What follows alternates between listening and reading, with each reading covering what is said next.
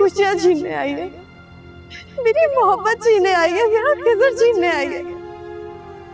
वो कभी खिजर को मेरा नहीं होने देगी। अम्मी मैं खिजर के बगैर नहीं रह सकती। उस बच्चे ने इतनी बड़ी कुर्बानी दी है हमारे लिए, कोई और लड़की होती उसकी जगह तो हमारे बेटे को उड़ा के ले जाती सिर्फ अपनी माँ का बदला उतारने के लिए। अम्मी, अम्मी ये ड्रेस देखे, सोच रही हूँ ऑर्डर कर लूँ। खिजर को भी ये कलर बहुत पसंद है। अम्मी आपने सही तरह देखा भी नहीं। बच्चे तुमने पहनना है, तुम्हें अगर पसंद है तो ले लो। तो अम्मी आपका कोई इंटरेस्ट ही नहीं लग रहा है इसमें, क्या हुआ? अपसेट लग रही हैं? ऐसी बात नहीं है।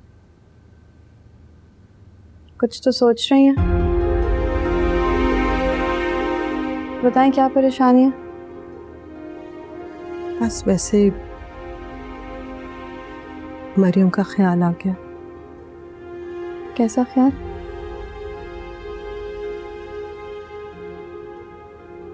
कुछ लोगों की किस्मत में सिर्फ और सिर्फ जुल्म और ज्यादती सहना क्यों लिखा हुआ है? मतलब? तुम दोनों की शादी की तैयारियां मरियम के सामने हो रही हैं। न जाने उसके दिल पे क्या गुजर रही होगी, वो क्या तकलीफ महसूस कर रही होगी। अम्मी आपको इस वक्त मरियम की फिक्र हो रही है? मेरी शादी, मेरी खुशियां, आपको उस पर जुल्म और ज्यादती महसूस हो रही है? अम्मी मुझे लगता है आप वो वाहिद माँ हैं जिसको अपनी बेटी से ज्यादा उसकी फिक्र हो रही है जो आपकी बेटी की खुशियां छीनने आई थी। ऐसी बात नहीं है मरियम। मलिहा, हैरत हो रही है मुझे अम्मी, बहुत हैरत हो रही है। मेरी माँ होने के बावजूद कि सारी हमदर्दी उस मरियम के साथ है। मैं तुम्हारी दुश्मन नहीं हूं, तुम्हारी खुशियां मुझे तुमसे ज्यादा अजीज है, लेकिन वो भी तो किसी की बेटी है। उसको तो सारी जिंदगी कुछ नहीं मिला, ना बाप की शफकत, ना माँ का प्यार। अम्मी आप उसके लिए इतनी कंसर्न क्यों है? वो जहां से आई है ना, उसको ना रिश्तों की जरूरत है और ना परवाह। जैसे उसकी माँ थी, इसलिए उसने अली मामू जैसे इतने डिसेंट इंसान को भी छोड़ दिया ना।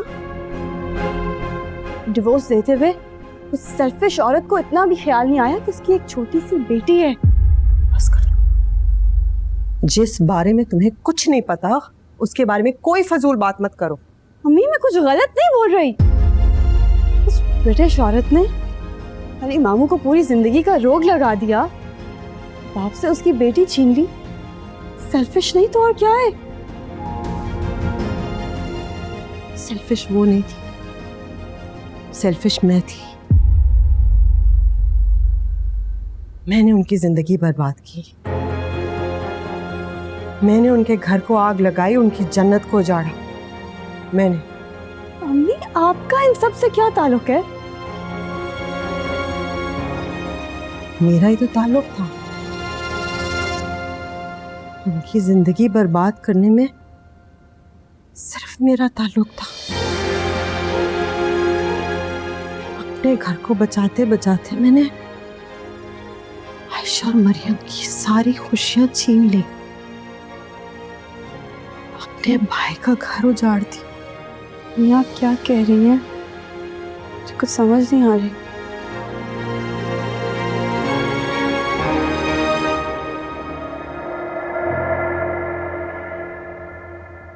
जब आंखों पे खुद गर्जी की पट्टी बंधी हो तो कुछ और नहीं दिखता। सही गलत, रिश्तों का एहसास, किसी और की खुशी, कुछ नहीं। सिर्फ गर्ज,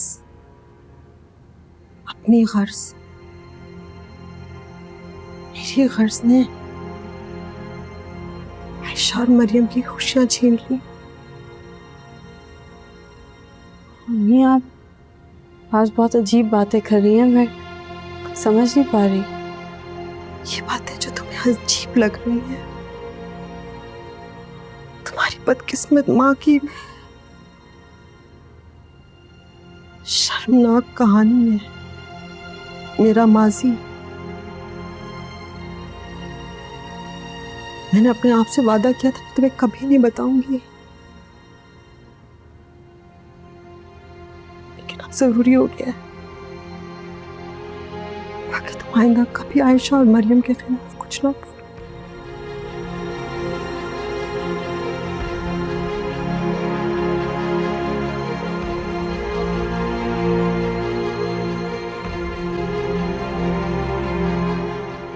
बहुत प्यार करते हैं ना तुम्हारे अब्बू तुमसे।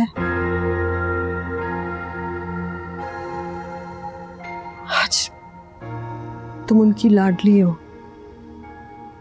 अपनी बड़ी दो बेटियों को मिस करते हैं, प्यार करते हैं।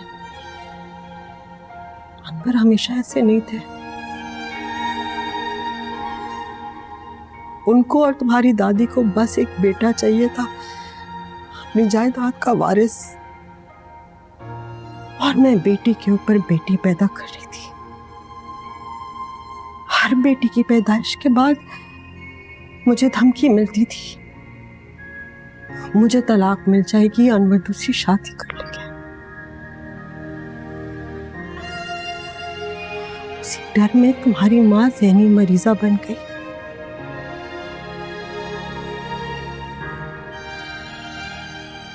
इसीलिए इतना बड़ा गुनाह हुआ,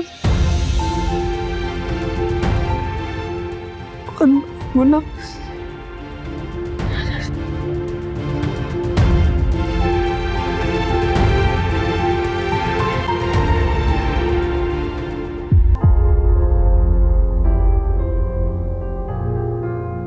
मुझे बस यही डर खाता जा रहा था, अनवर दूसरी शादी कर लेंगे, मुझे तलाक देकर वापस मेरे घर भेज देंगे। मैंने तभी फैसला कर लिया था, हर कीमत पे मैं अपना घर बचाऊंगी, अपने लिए, अपनी बच्चियों के लिए। मैंने तो एक सेकंड के लिए नहीं सोचा कि जिसका घर बर्बाद करी हूं वो भी औरत है, उसके भी सीने में दिल है।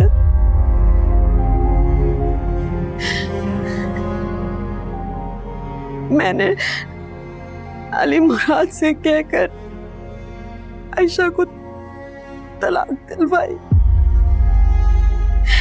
और मैं इतनी बदकिस्मत हूँ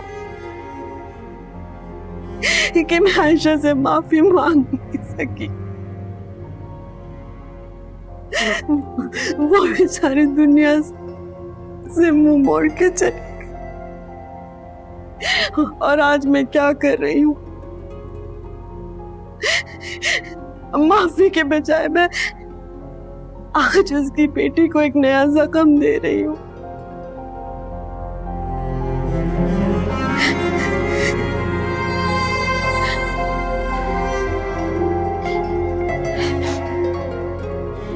इसलिए मुझे मरियम का ख्याल आ रहा था।